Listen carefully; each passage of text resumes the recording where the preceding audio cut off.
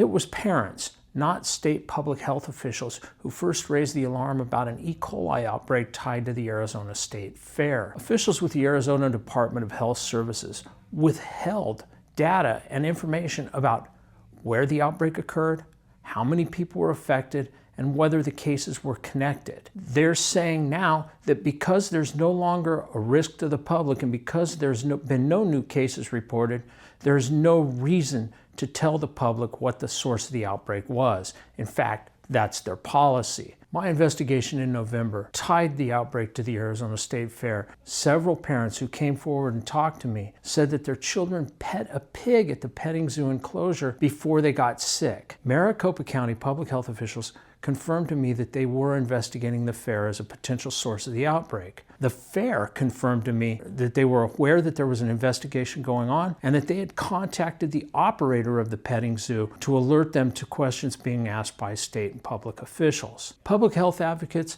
and lawyers who specialize in infectious disease and foodborne illnesses say this idea of secrecy is actually a new and disturbing trend among public officials. The people who are being affected or potentially could be affected by an outbreak are being kept in the dark about what's happening. We're talking about life-threatening symptoms.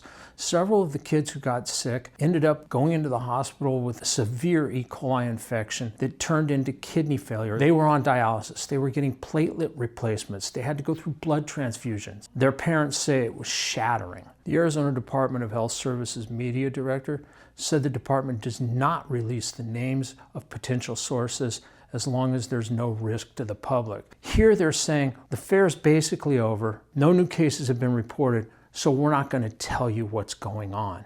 That operator, the Great American Petting Zoo, is run by a company in Texas. Officials with that company, when I got one on the phone, they hung up on me. The state did report a twofold increase in E. coli cases. They weren't giving out data about how many were tied to the state fair. Were they in Maricopa County? Did they all come from the same area? Now, the fair attracted more than 1 million visitors. It's unclear when the outbreak started, if the pig was actually a factor, and whether or not people in other states are now reporting E. coli infections that could be tied to this fair. For more information, read my stories at azcentral.com.